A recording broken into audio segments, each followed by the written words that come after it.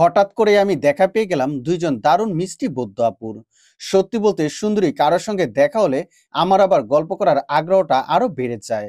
ভাবছেন এত সুন্দর করে সেজেছে কেন? সেটাই আজ আপনাদেরকে দেখাবো। সাথে জানবো বৌদ্ধ ধর্ম সম্পর্কে কিছু গুরুত্বপূর্ণ তথ্য। প্রায় 2 মাস আগের কথা। বৌদ্ধ পূর্ণিমার সময় আমি ঢাকার বাসাবো বৌদ্ধ মন্দিরে যাই। সেখানেই প্রথম এই দুই মিষ্টি আপুর সঙ্গে আমার আলাপ হয়। গল্প করতে করতেই আমি জেনে যাই বৌদ্ধ পূর্ণিমা আর তাদের ধর্মীয় সংস্কৃতি সম্পর্কে অনেক কিছু। তাহলে আর দেরি কেন?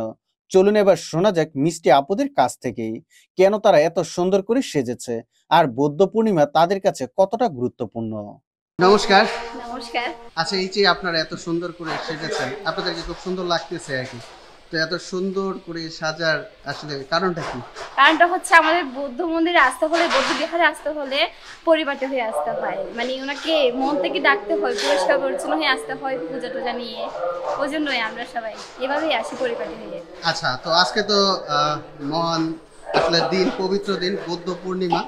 তো আসলে এই দিনটা কেন পালন করা হয় একটু?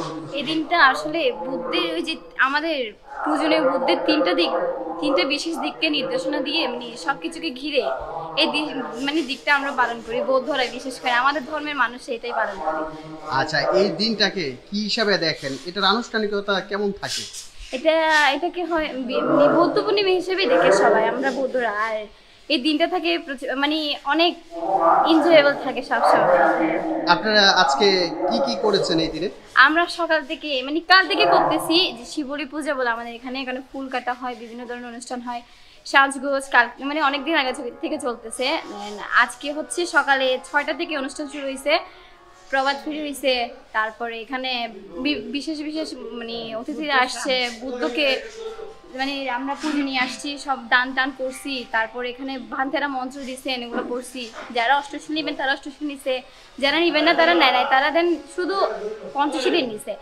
সকালে আসছি আবার রাত্রেও আসছি, শুধু বাতি জ্বালাবো আর এই দিনটাকে পালন করবো বলে। আচ্ছা, এই দিনটা তো আমরা দেখছি, আমরা যেহেতু বাংলাদেশে আপনারা পালন করতেছেন, তো বাংলাদেশ বাদে আর কোন কোন দেশে এটা মানে উদযাপন যে করা যে হয়? দেশে আমরা বৌদ্ধরা বাস করি সকল দেশে পালন করা হয়। বেশিরভাগ ইন্ডিয়া, বেশিরভাগ শ্রীলঙ্কা ওগুলোতে হ্যাঁ, পালন বেশি। ফ্রান্স, থাইল্যান্ড সেগুলোতেই। আচ্ছা, ঠিক আছে। তো দিদির কাছে জানি। আচ্ছা দিদি, তো এখন তো আসলে দেশে কি বলবো, এক ধরনের বিশৃঙ্খল অবস্থায় চলতেছে আর কি, আমরা আসলে শান্তি দেখতেছি না। তো এই দিনে আসলে সবার উদ্দেশ্যে কি বলবেন? ওই তো আমরা আমাদের ভগবানের কাছে প্রার্থনা জানাই যেন আমাদের ভগবান আমাদের সকলকে শান্তিতে রাখে।